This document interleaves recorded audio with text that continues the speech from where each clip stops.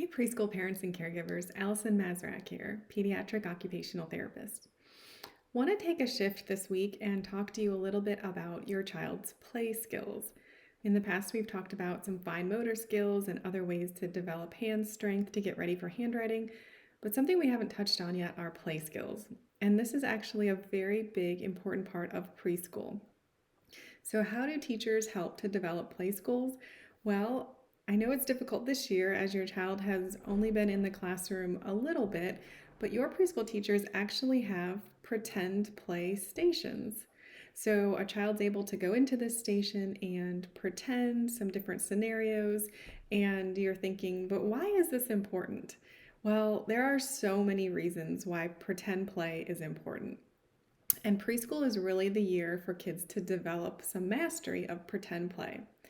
Just a couple of benefits of play are the social growth that kids get to be able to interact with other children, emotional regulation, working out problems when maybe somebody has had a tummy ache or you're pretending they've gone outside, it's too cold. There's a lot of different scenarios that you can pretend somebody is happy or sad.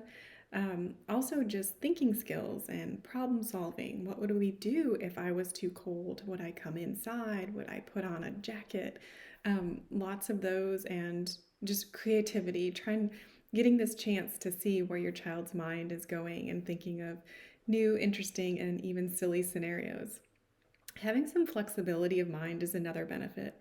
Can your child figure out when there is a problem how to solve it, come up with maybe some silly solutions or some really innovative, creative solutions to a problem?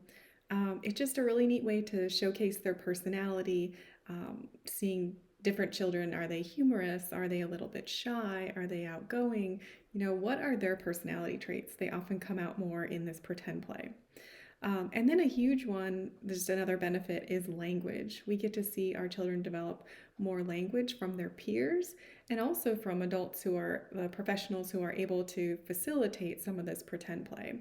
So I might introduce words they've never heard of, or I might pronounce words more correctly that they can kind of refine a lot of their language skills that way too.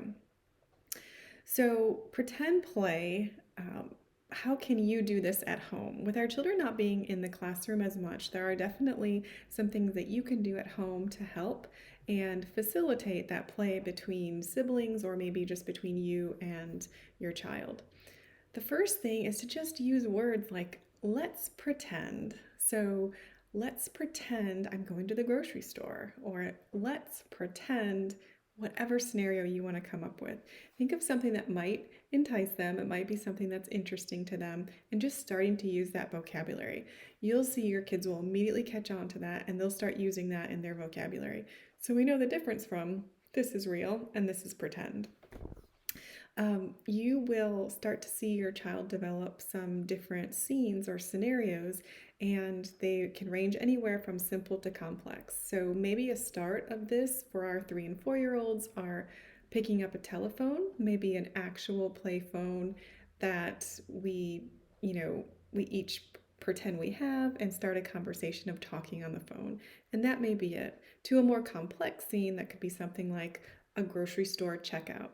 Now, I may or may not have the objects to actually do this, and that's another way to advance pretend play. So maybe I do have a kitchen setup, a kitchen toy, or a grocery kiosk or something where I can actually go there with my preschooler and pretend I'm scanning items or putting them in a bag or I'm planning dinner. So that's a very complex scene that we can play out or work out with the actual pretend play food, or maybe we even use nothing and we're just pretending, oh, I'm scanning a cake now. Or sometimes we can even use an object that's not the thing. I don't have a cake, but I have a small box and I'm going to pretend it is. So there's lots of different levels of pretend play, and even when you don't have the just right thing, you're actually working on some flexibility of their mind. So all this play is so good for their development. I'm just going to leave you with 2 or 3 tips of how you can further develop their play at home. Use their favorite toys. So maybe my child, I have a little boy who loves dinosaurs. I might come in with some of the little dinosaur toys, sit down next to him while he's already playing with them, and say something like, I'm a dinosaur and I eat blocks. So that might be one way that I can introduce an idea of pretend play. Another is give a choice. So maybe I come up to that same little boy and I say, should this dinosaur eat a banana or should he go in the bathtub? And suddenly he's got a choice and he's able to incorporate that into which direction our pretend play then goes. So give this a try at home. Pretend play can be really fun for adults as well as children, and it's a great way to connect with your child and kind of learn more about their personality and maybe even their learning styles. So let this be the year that your child masters pretend play and see them develop into a student who's getting ready to further advance their academic skills. Enjoy. Have fun playing.